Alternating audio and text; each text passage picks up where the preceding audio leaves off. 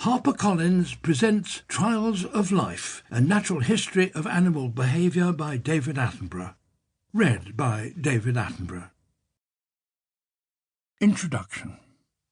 This book, and the television series that was filmed at the same time as it was being written, is the last in a trilogy of natural history.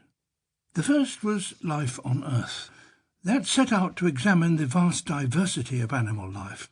Why should there be such an extraordinary variety of animals, all doing somewhat similar things? Why should a whale have warm blood and lungs, whereas a similarly sized swimming monster, the whale shark, has cold blood and gills? Why do indigenous Australian mammals rear their young in a pouch, whereas mammals in the northern hemisphere retain their offspring within a womb and nourish them by means of a placenta? The answers to such questions can only come from an understanding of history. So, Life on Earth traced the development of animal life from its beginnings, some 3,000 million years ago, until today, and illustrated its great episodes by taking living animals as an example. The second book, Living Planet, concentrated on the other great influence that shapes the bodies of animals, the environment. Mammals that live in deserts tend to have longer ears and legs than their equivalents in cooler areas. Their bodies, shaped in that way, are more efficient at losing heat. Land birds, marooned on remote islands, tend to become flightless. With no land predators present, they have no need to take to the air. Other organisms with which an animal shares its environment also have their influence. So the fur of an Arctic hare that keeps it warm in winter also turns white when the snow comes, in order that its wearer shall remain concealed from predators. Living Planet surveyed ecological communities throughout the world, ranging from the baking deserts to the humid rainforests, from the depths of the ocean to the highest layers of the atmosphere. Thus, the first two books were concerned with the bodies of animals and the way they've been shaped.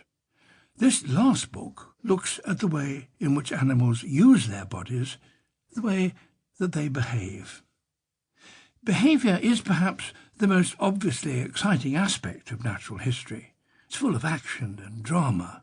A killer whale surging up a beach to grab a young sea lion, an ant navigating across a Saharan sand dune by taking repeated observations of the sun, a mother bat fighting through crowds of begging infants on the roof of a cave in order to give her milk to her own baby and no other.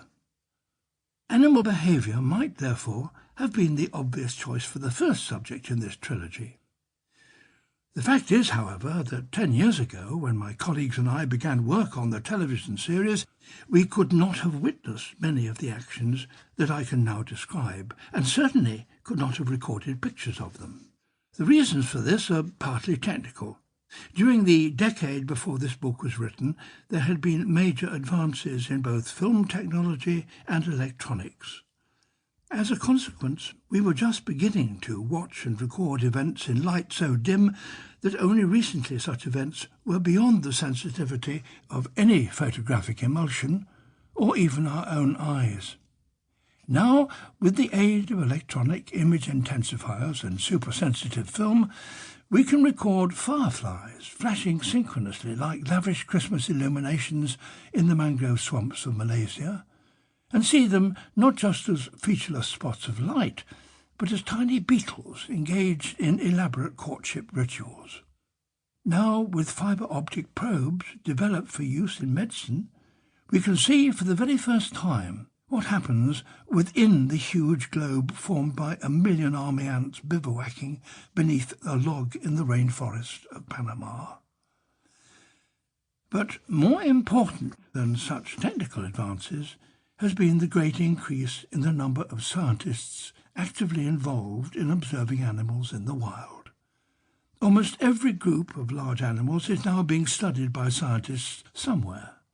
These researchers have become so knowledgeable about their subjects and understand them so intimately that they've been able to guide us to the right place at the right time in order to see exactly that aspect Sample complete. Ready to continue?